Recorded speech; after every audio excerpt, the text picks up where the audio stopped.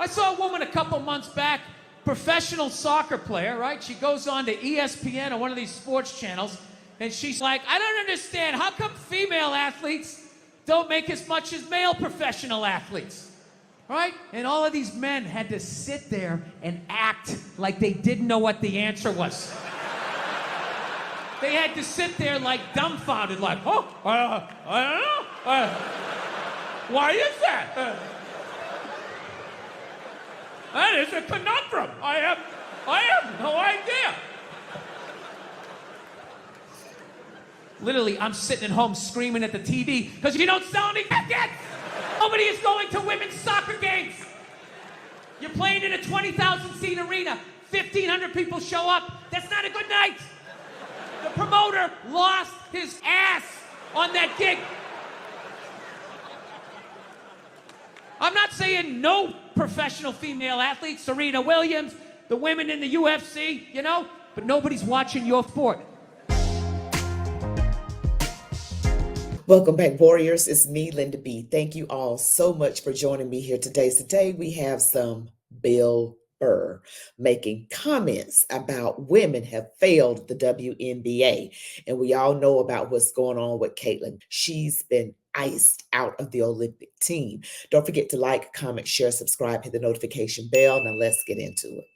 I saw a woman a couple months back, professional soccer player, right? She goes on to ESPN or one of these sports channels, and she's like, I don't understand. How come female athletes don't make as much as male professional athletes? Right? And all of these men had to sit there and act like they didn't know what the answer was. They had to sit there like dumbfounded, like, oh, I don't know. Why is that? That is a conundrum. I have no idea. Literally, I'm sitting at home screaming at the TV because you don't sell any tickets. Nobody is going to women's soccer games. You're playing in a 20,000 seat arena. 1,500 people show up. That's not a good night. The promoter lost his ass on that gig. I'm not saying no professional female athletes, Serena Williams, the women in the UFC, you know, but nobody's watching your sport. And then you're going to come and you're going to get mad at men. They keep doing that. Why are you yelling at us? It's not our job. It's not my job about women's soccer, okay? I have men's sport to pay attention to, right? Dude, look at the WNBA. Dude, nobody in the WNBA got COVID. Nobody. They have been playing in front of 300 to 400 people a night for a quarter of a century. Not to mention, it's a male-subsidized league. We gave you a league.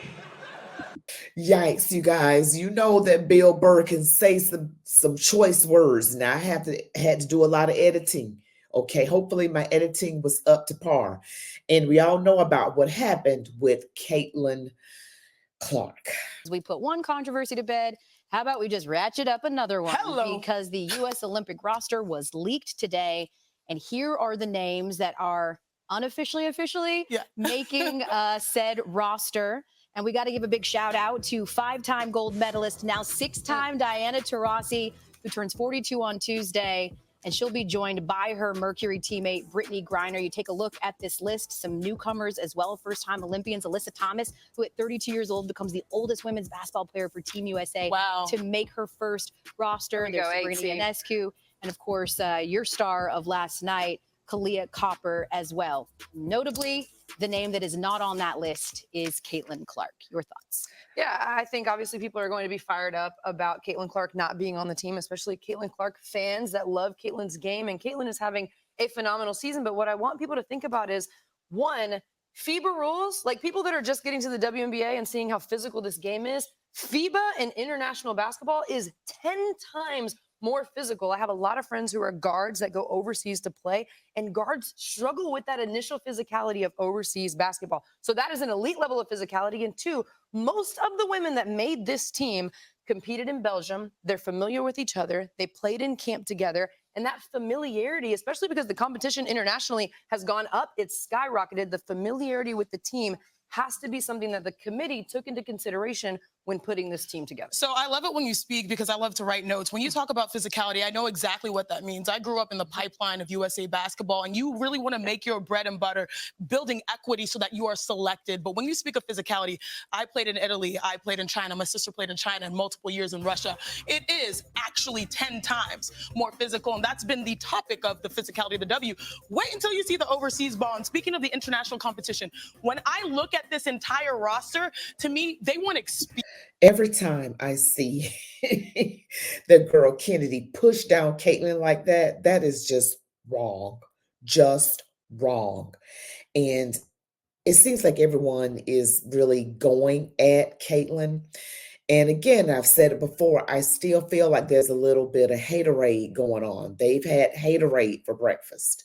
You know, I feel like there's some jealousy there because the little girls are running up after Caitlin, wanting her autograph. They have t-shirts with her name on it. I mean, there's so much publicity around her, and you all know all the endorsements that she has received as well. And I'm listening to these women talk, and I'm just like, yo, I still, they're basically saying this is a very physical sport, the level of physicality. And basically, Caitlin, you're not cutting it because you're not physical enough. She's a phenomenal basketball player. The real reason why she got cut off, I'm not exactly sure. But if you all know the real reason why she got left off the Olympic team, I really don't know. I have no words. She has brought the game to a whole new level, more interest. I believe there are more ticket sales. And now you see that she's left off the Olympic team. In one way, she's having a great time. Things are going her way. And in another way, on the other hand, you have seemingly like women in the league don't care for her too much. And I've heard a former basketball player, Matt Barnes, say even her teammates seem like they want to help her up off the floor. And then the former player that was on Stephen A. Smith's show, made it seem like no one's going to baby her. She doesn't expect to be babied. I'm sure she knows it's a physical sport. She's played basketball quite some time. She knows how physical it is and what to expect. I'm sure she knows that. I still feel like people hating on her though. And I don't want to I'm not going to say that. I'm just going to say it. I wonder if there's some racism involved. I hate to say it, y'all. I hate to say it. But sometimes I think, when a white player, I don't know. Y'all don't get on to me, but I just wonder if they're just upset at her because she's a white girl and she's getting all this attention. That's just what I'm thinking. Experience. Yeah. They truly want experience, people that have played overseas, people that have built up that equity playing in the WNBA, people of names that they have known. You can take a look right here because that's what it shows me. Now, the biggest point here, and this is what I want to bring home. Team USA has won 7 gold medals straight because of their motto, team before me. They don't care who really gets the credit as long as they leave with a gold medal. Yeah. What has been the discourse this season, besides the play on the floor? It's been, who do we attribute, who do we give credit to for the growth of the women's game and the WNBA and the moment that we're in right now? I believe Team USA looks at the roster and they have experience, but they also don't want the distraction that comes. Now, me as a fan of Caitlin Clark, I would have loved to see her on this international stage. But I understand that Team USA constructs their roster not necessarily on fandom, but completing the mission. And I think that's what we see right now. Also, just think about this. One, it's really difficult for a player coming right out of college to make the Olympic team because you miss camps, like I said earlier. But let's think about Breanna Stewart, right? She made the Olympic team when she was a rookie. Who was the coach of that team? Gino Auriemma. I'm not saying that's why she made the team, but there's a familiarity there that's going to help her be successful. There were also 4 other Connecticut Huskies on that team to help Stewie in her first Olympics. That's not the situation for Caitlin. Yeah. Cheryl Reeve, who's the head coach, she's not familiar with Caitlin Clark, and the team's not familiar with Caitlin But look, Clark. when you've been the preeminent dominant force in international basketball for 7 Olympic cycles straight, you'll realize that you can play loose and fast with who you want on the team. I know this personally, seeing my sister and Candace Parker being left off the squad. If you look at the point guards, I think that recent history now, they're trying to right some wrongs and build with experience. But overall, the point guards, there's going to be question marks about Chelsea Gray, who has yet to step on the floor for the Las Vegas Aces, and question marks even on Diana at 41. So yes, they're trying to right some wrongs, but also you have to look at what those circumstances of the past now open you up for. Diana does lead the league in three-point percentage. And I would just say this to add to the discourse that's inevitably going to happen all week long. Who would you take off? Yeah. Start there. Who on that list would you take off? Caitlin is going to have plenty more opportunities. She's killing it right now. We will see her. She is playing so well. Rookie of the month. Rookie of the month. She's putting up historical numbers. Caitlin's having a phenomenal season. And So ultimately, they don't seem to have an issue with Caitlin.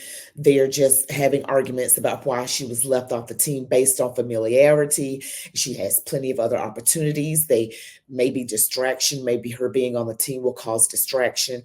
I'm not sure why she was left off the Olympic team, but others have been rookies and made the team. So I guess they're looking at, we just want the gold. We don't want to necessarily look at fandom, but we want to look at who works together cohesively as a team so that we can walk away with that gold like we are accustomed to doing. So Caitlin Clark, girl, you will have plenty of other opportunities to get out there. You are shining bright for everyone. And I don't want you to get, well, you know, I'm sure you got a thick skin. You have to have it. And you all tell me your comments about this.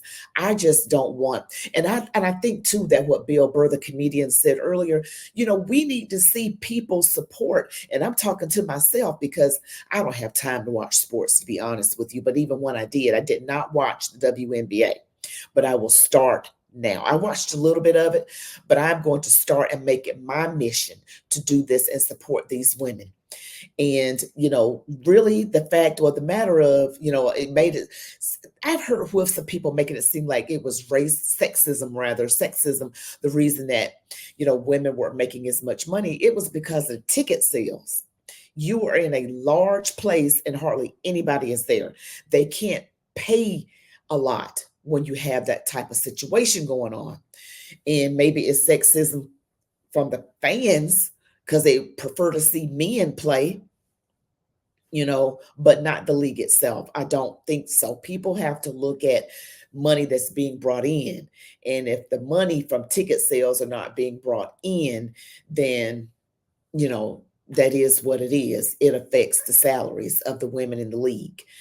And women who are in other sports, I'm just saying, you know, people that are in professional sports, women who claim to be really pro-woman, they need to support the WNBA. They need to attend the games.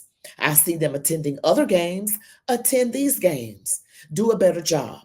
Well, that's it for today's video. You all be blessed. Don't forget to like, comment, share, subscribe, hit the notification bell. On my way to 40,000 subscribers this month. I really appreciate you all. My numbers are ticking up. It really means a lot. Also follow me on Instagram, TikTok, and X as ChatWithMeLindaB. You all be blessed. Love God. Love your families, these United States of America. And as I always say, march on, warriors.